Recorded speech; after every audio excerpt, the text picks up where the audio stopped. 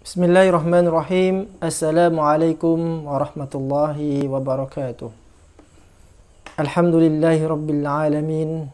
Wassalatu wassalamu ala ashrafil anbiya'i wal mursalin Sayyidina Muhammad wa ala alihi wa ashabihi ajma'in. Wala hawla wala quwwata illa billahil aliyyil azim. Rabbi shrah li sadri wa yassir li amri wahlul 'uqdatam min lisani yafqahu qawli wa ba'd. Para pemirsa, ikhwan akhwat, sahabat-sahabati, rekan dan rekanita dimanapun Anda berada, rahimani wa rahimakumullah. Alhamdulillah, pada malam ini atas rahmat dan taufik Allah Subhanahu wa taala kita bisa melanjutkan kembali kajian aswaja, terutama dalam bidang sekte. Salawat serta salam mudah-mudahan tetap tercurah limpahkan kepada baginda kita Nabi Muhammad sallallahu alaihi wasallam.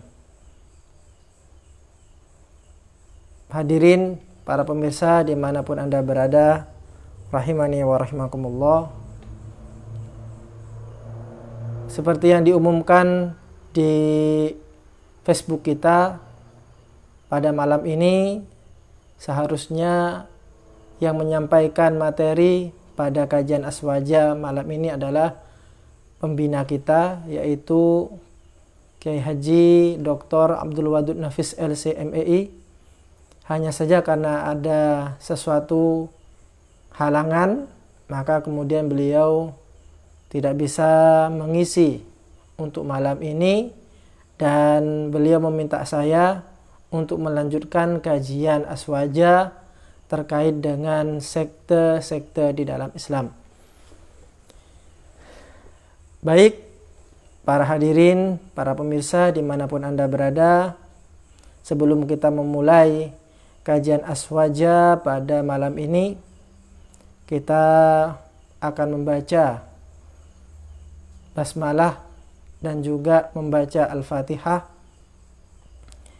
Kita membaca tawasul, yang mana tawasul ini akan dikirimkan kepada junjungan kita Nabi Muhammad sallallahu alaihi wasallam beserta keluarga, sahabat, tabi'in, tabi'in, para ulama, para syuhada, aulia, salihin, para musannifin, terutama bagi para kiai-kiai kita, para sesepuh NU yang telah mendirikan Jam'iyah Nahdlatul Ulama, juga kepada para pendiri pondok, dan tak lupa kiriman Al-Fatihah kita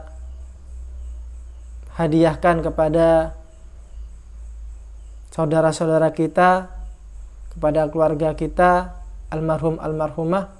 Mudah-mudahan dengan bacaan Al-Fatihah ini dan juga bacaan ngaji kajian aswaja malam ini, mudah-mudahan bisa tersampaikan kepada almarhum almarhumah yang telah kita sebutkan tadi.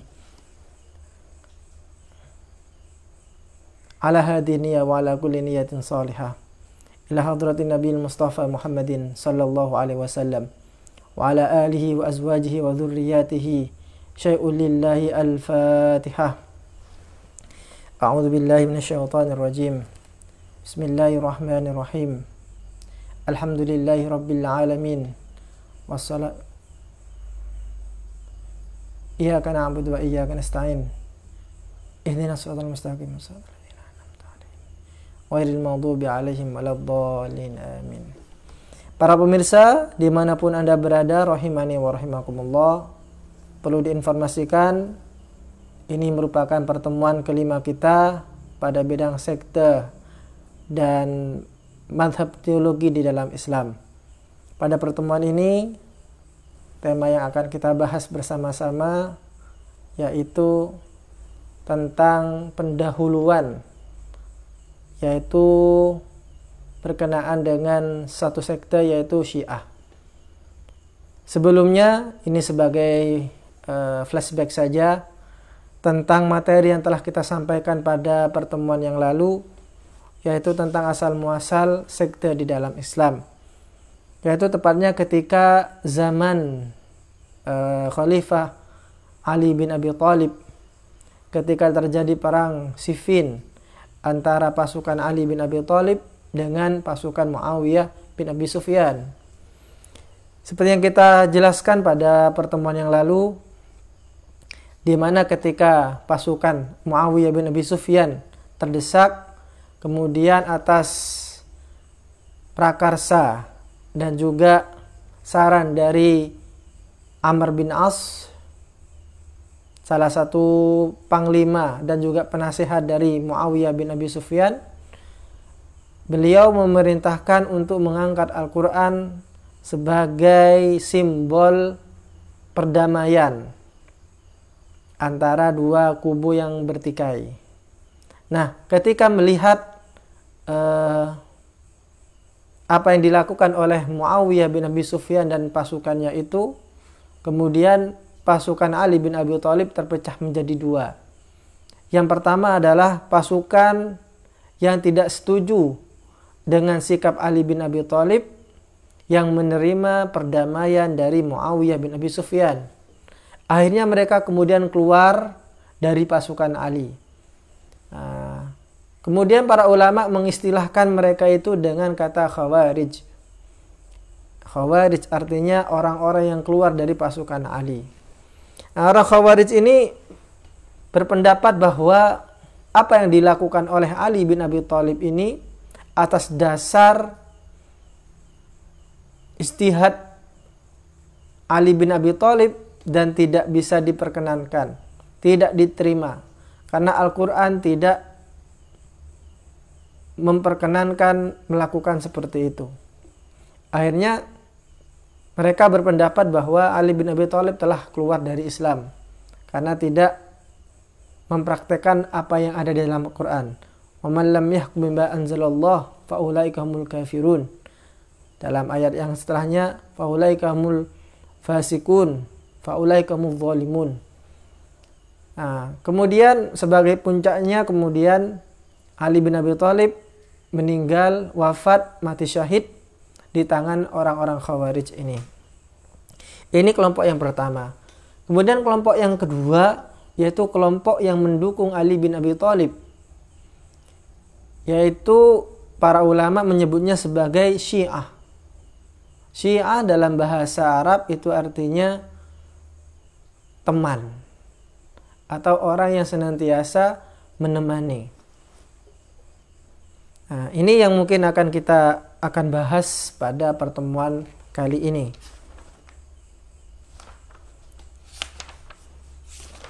Hadirin dimanapun Anda berada, rahimani wa rahimakumullah, kita lanjutkan. Thumma hadatha fi zamanil mutaakhirin minas sahabati khilaful qadariyyati fil qadar wal istita'ati min Ma'bad al-Juhani wa Ghailan ad-Dimashqi wal Ja'd ibn Dirham wa tabarra'a minhum al-mutaakhirun min as-sahabati ka'Abdillah ibn Umar wa Jabir ibn Abdullah wa Abi Hurairah wa ibn Abbas wa Anas ibn Malik wa Abdullah ibn Ubay Aufa wa Uqbah ibn Amir al-Juhani. Kemudian di samping dari dua sekte yang kita katakan tadi, ada Syiah, kemudian juga ada Khawarij. Di akhir-akhir masa sahabat ini, yakni peralihan kepada masa tabi'in, itu terjadi sebuah fitnah, yaitu tentang problem apakah manusia ini mempunyai kekuatan untuk melakukan atas kehendak sendiri. Atau dalam bahasa yang lain, apakah manusia itu mukhayyarun atau musayyar? Apakah manusia memiliki kekuatan untuk melakukan perbuatan-perbuatan sesuai dengan kehendaknya sendiri? Atau manusia itu seperti kapas yang senantiasa kemanapun dia pergi ditiup oleh angin? Apakah seperti itu? Nah, ini kemudian memunculkan nanti ada dua golongan besar, yaitu golongan Jabariyah dan juga Qadariyah. Adapun tokoh-tokoh yang memulai problem ini yaitu Ma'bad al-Juhani, Ghailan ad-Dimashqi, Al-Ja'ad bin Dirham. Kemudian sahabat-sahabat yang lainnya mengingkari akan pendapat dari mereka bertiga. Salah satu sahabat-sahabat yang mengingkari pendapat mereka adalah ada Abdullah bin Umar, Jabir bin Abdullah, Abi Hurairah, kemudian ada Anas bin Malik, dan begitu seterusnya. Ini adalah cikal bakal dari sekte yang ketiga. Kita punya Syiah tadi, kemudian ada Khawarij, kemudian nanti ada Qadariyah, kemudian ada Jabariyah. Kemudian yang selanjutnya, thumma ikhtalafat al-Khawarij ba'da dhalika fima bainaha fasarat miqdaru 20 firqatan kullu wahidatin tukaffiru sa'iraha. Kemudian menariknya, Khawarij ini tidak tunggal. Ternyata dalam perjalanannya, Khawarij ini kemudian terpecah menjadi beberapa bagian. Kalau di dalam kitab Al-Farqu Bainal Firaq di sini dihitung kurang lebih ada 20 firqah pecahan dari Khawarij. Meskipun di saat ini akan susah sekali bagi kita untuk menemukan personal ataupun orang-orang yang secara sah, secara legal menyatakan dirinya sebagai Khawarij. Akan sulit sekali. Tetapi secara pemikiran mungkin ada. Jadi bisa dikatakan neo Khawarij. Secara pemikiran mereka hampir sama dengan Khawarij, meskipun mereka secara tidak langsung menyatakan kita ini adalah Khawarij. Ini selanjutnya. Kemudian beberapa saat setelahnya, thumma hadatha fi ayyamil Hasan al-Basri khilaf Wasil ibn Atha al-Ghazal fil qadri wa fil manzilati bainal manzilatain. Kemudian ketika zaman Hasan al-Basri, beliau mempunyai murid namanya Wasil ibn Atha. Jadi Wasil ibn Atha ini mempertanyakan tentang dua madhab sebelumnya, yaitu tentang Qadariyah dan Jabariyah. Kemudian beliau menemukan Wasil bin Atha ini kerancuan di dalam pola pikir Qadariyah dan juga Jabariyah.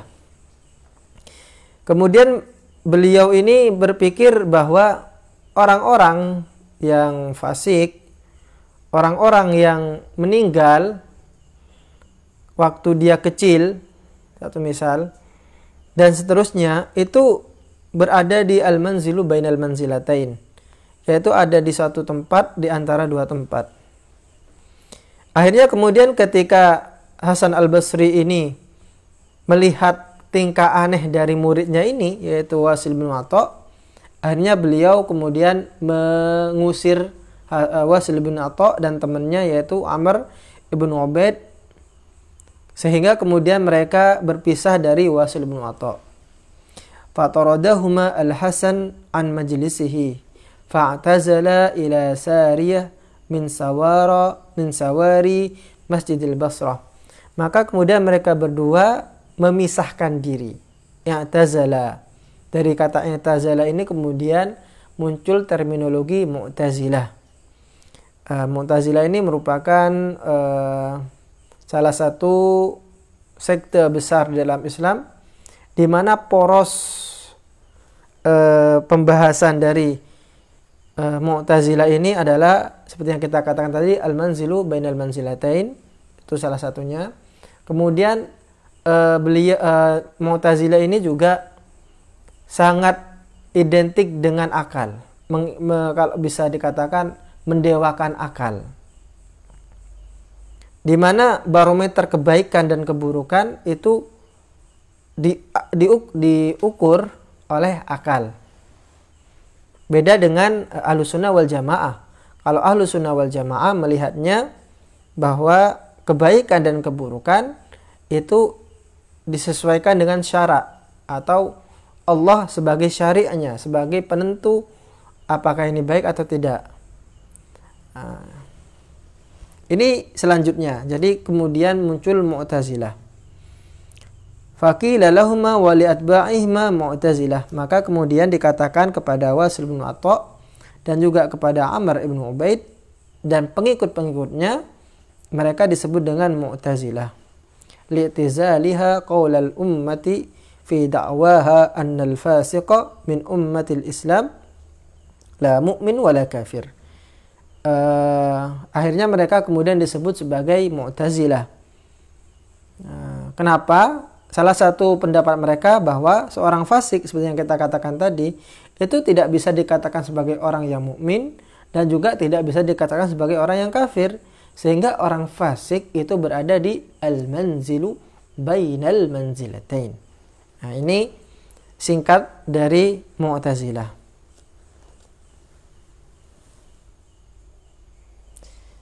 Selanjutnya, thumma iftaraqat ar-Rafidah ba'da zamani Ali radhiyallahu anhu arba'at asnafin, Zaidiyah wa Imamiyah wa Kaisaniyah wa Wulah. Kembali lagi kepada Syiah. Syiah ini kemudian ada banyak pecahannya, sebagaimana juga Khawarij. Pecahan dari Syiah ini salah satunya adalah Zaidiyah, kemudian juga ada Imamiyah, kemudian juga ada Kaisaniyah, dan ada Wulah. Wulah itu adalah Syiah yang melebihi dari ajaran-ajaran atau Syiah yang ekstrim. Jadi ada salah satu golongan Syiah yang ekstrim ini sampai kemudian menuhankan Ali bin Abi Thalib. Kemudian salah satu Syiah yang ekstrim ini mengatakan bahwa malaikat Jibril itu telah salah alamat menyampaikan wahyu seharusnya kepada Ali bin Abi Thalib, maka kemudian malaikat Jibril salah alamat dan kemudian diberikan kepada Muhammad sallallahu alaihi wasallam. Ini termasuk Syiah yang Wulah. Nah, berkenaan dengan Syiah ini, insya Allah kita akan membahas secara mendalam dengan menggunakan beberapa sumber-sumber yang otentik, sumber-sumber yang menurut saya merupakan sumber yang penting. Salah satunya adalah yang akan kita baca tentang Syiah ini, seperti yang ada dalam kitab Tarikhul Madzahib Al-Islamiyah, karangannya Al-Imam Muhammad Abu Zahrah. Ini memang secara garis besar tidak membicarakan Syiah seutuhnya, tetapi di dalam kitab ini akan memberikan informasi penting tentang Syiah dan perkembangannya. Kemudian juga ada kitab Al-Mawsu'ah Asy-Syamilah lil Firaq Al-Mu'asirah fil Alam, At-Tajammu'at Asy-Syi'iyyah fil Jazirah Al-Arabiyyah. Kitab ini berbicara tentang Syiah di masa kini. Syiah di masa kini, yaitu Syiah yang ada di Irak, Syiah yang ada di Kuwait, Syiah yang ada di Yaman, Syiah yang ada di Oman, Syiah yang ada di Saudi, Syiah yang ada di Bahrain, Syiah yang ada di Imarat, Syiah yang ada di Qatar. Jadi kitab ini penting untuk melihat demografis dari Syiah di masa kini, serta apa perbedaan-perbedaan yang ada di antara Syiah-Syiah yang berbeda tempat ini. Apa perbedaannya Syiah yang ada di Saudi dengan yang ada di Iran? Apa perbedaannya Syiah yang ada di Yaman dan juga dengan yang di Mesir? Dan itu begitu seterusnya. Kemudian ada kitab yang penting lagi untuk kita jadikan rujukan berkenaan dengan Syiah, yaitu Tayyarat Al-Fikr Al-Islami, karangan dari seorang pemikir Mesir. Beliau adalah Dr. Muhammad Imarah rahimahullah. beliau meninggal barusan sekitar 1 tahun yang lalu mungkin kalau ada. Ini merupakan buku yang bagus sekali untuk melacak kira-kira bagaimanakah pemikiran Syiah itu mulai dari zaman mulai munculnya, awal mulanya, kemudian juga sampai sekarang. Kemudian kitab yang penting juga untuk menjadi rujukan di dalam membahas Syiah ini adalah Al-Firaq Al-Islamiyah wa usuluha Al-Imaniyah. Meskipun dalam kitab ini tidak 100% membahas Syiah, tetapi penting kiranya untuk membahas Syiah melalui buku ini Al-Firaq Al-Islamiyah wa usuluha Al-Imaniyah dari sisi teologis. Jadi di sini di dalam buku ini akan terjadi perbandingan secara teologis antara satu sekte dengan sekte yang lain. Perbedaan antara Syiah dengan Khawarij, dengan Ahlus Sunnah wal Jamaah, dengan Wahabi dan seterusnya dari sisi teologisnya. Kemudian buku selanjutnya yang akan kita baca dalam memahami Syiah, baik itu konteks saat ini dan konteks mendatang dan konteks masa lalu, adalah kitab An-Nadhariyah As-Siyasiyah Al-Mu'asirah Lisyiah Al-Imamiyah Al-Ithna Asyariyah. Nah, jadi ini akan memotret Syiah dari sisi politik. Karena kita tahu pada awalnya memang Syiah ini secara embrional memang muncul dari latar belakang politik. Kemudian juga yang menjadi ciri khas dari Syiah ini bahwa pemikiran Syiah itu berkembang dan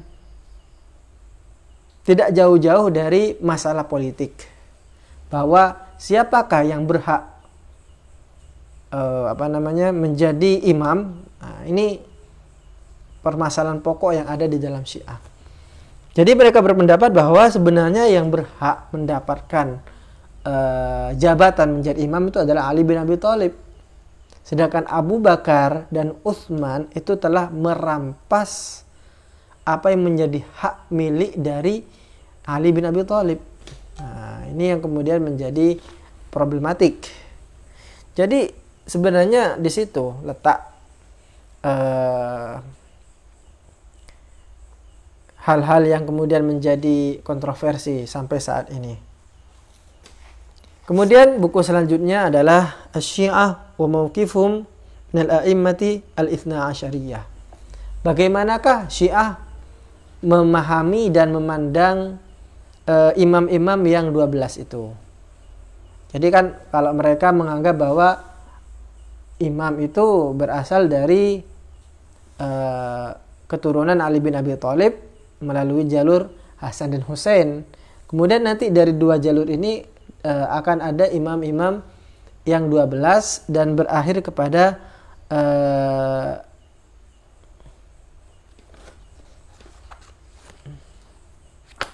imam yang ke-12. Kemudian selanjutnya yang menjadi menarik untuk kita bahas adalah Asy-Syiah wa Mauqifhum minal Qur'anil Karim wa Mushaf Fatimah. Nah, ini akan melihat Syiah dari pandangan tentang bagaimanakah Al-Quran yang ada saat ini.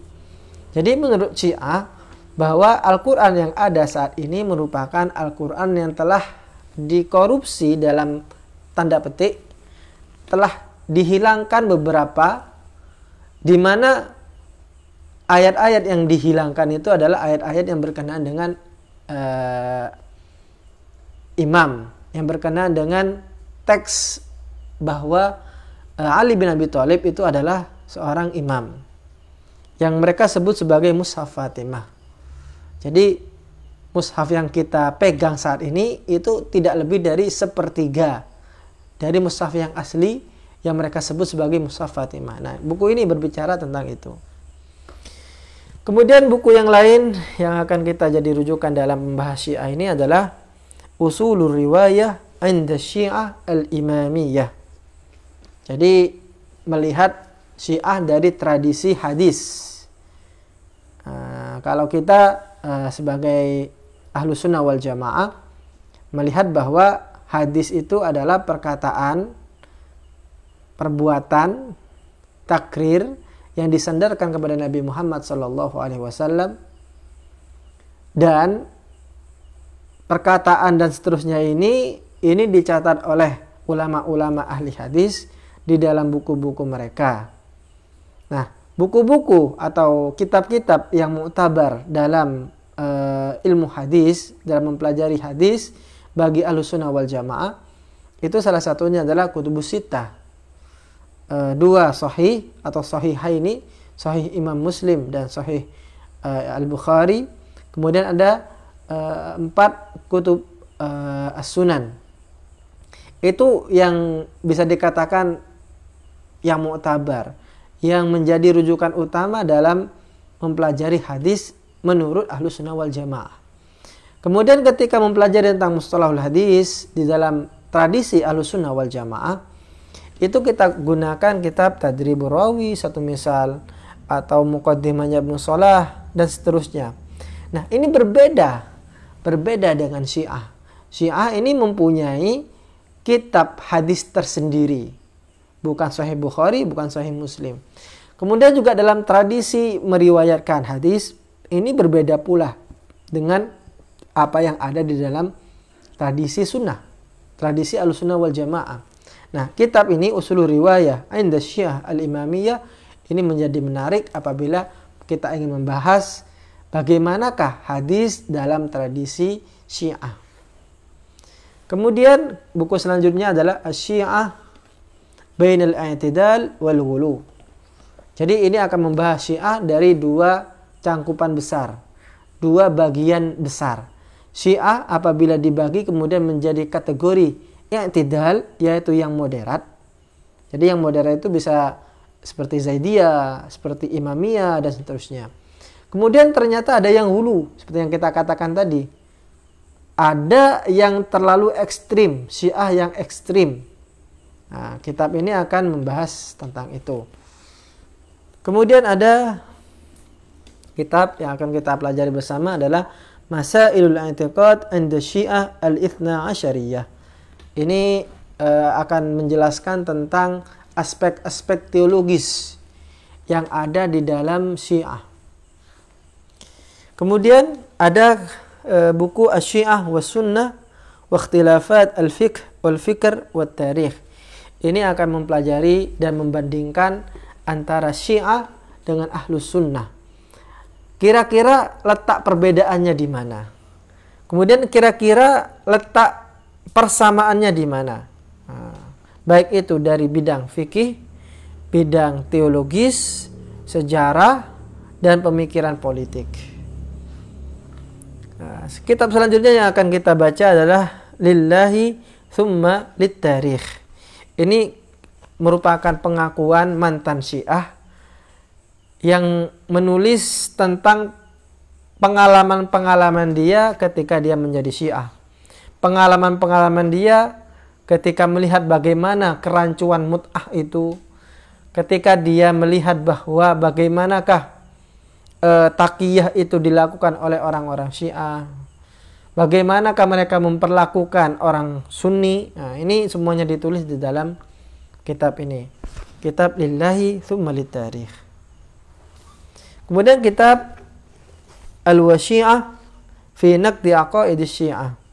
Ini kitab yang ditulis oleh menurut beberapa kalangan, ini mantan Syiah, Musa Jarullah. Jika ada salah mohon dikoreksi. Kemudian dia menulis dan mengkritik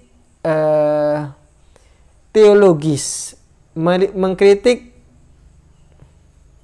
aspek-aspek ketauhidan atau ilmu tauhid di dalam Syiah dari kacamata rujukan-rujukan atau kitab-kitab yang dipakai oleh Syiah sendiri. Jadi ini luar biasa, artinya menggunakan senjata Syiah untuk melawan Syiah. Kitab selanjutnya yang akan kita gunakan adalah Asy-Syiah fit Tarikh. Jadi akan membicarakan Syiah lintas sejarah. Dimulai dari awal mula Syiah itu muncul sampai sekarang. Dan di sini akan dibahas dalam kitab Asy-Syiah fit Tarikh ini, yaitu nasab Ahlul Bait, kemudian juga sekte-sekte di dalam Syiah, kemudian aspek-aspek filosofis dari Syiah. Kemudian yang menarik di sini juga akan mempelajari siapakah ahli tafsir di dalam Syiah, mufassiru asy-Syiah. Kemudian ada syu'ara asy-Syiah, para penyair dari kalangan Syiah itu siapa saja, dan begitu seterusnya. Dan buku terakhir yang akan kita baca dalam menggali Syiah ini adalah Al-Fikr At-Tarbawi 'inda Syiah Al-Imamiyah. Jadi kita akan menggali dari buku ini aspek pendidikan. Bagaimanakah pemikiran pendidikan di dalam Syiah? Nah, ini buku-buku yang akan kita pelajari berkenaan dengan Syiah. Secara umum, Syiah ini merupakan sekte yang bisa dikatakan sekte tertua yang muncul di dalam sejarah Islam. Kemudian para ahli sejarah dan ahli firaq menyatakan bahwa sebenarnya Syiah secara genealogi itu erat kaitannya dengan satu sosok, yaitu Abdullah ibn Saba, di mana Abdullah bin Saba itu sudah ada sejak zaman Nabi Muhammad SAW. Bagaimanakah asal usul Syiah ini? Apa hubungannya dengan Abdullah ibn Saba? Kemudian di awal-awal Syiah ini muncul, kira-kira dia berbicara tentang apa? Ini yang kita akan coba untuk dibahas bareng-bareng pada pertemuan yang ke-6 insyaallah. Dan akhirnya apabila ada kesalahan, kekurangan, mohon maaf sebesar-besarnya. Wallahul muwaffiq ila aqwamit thoriq. Wassalamualaikum warahmatullahi wabarakatuh.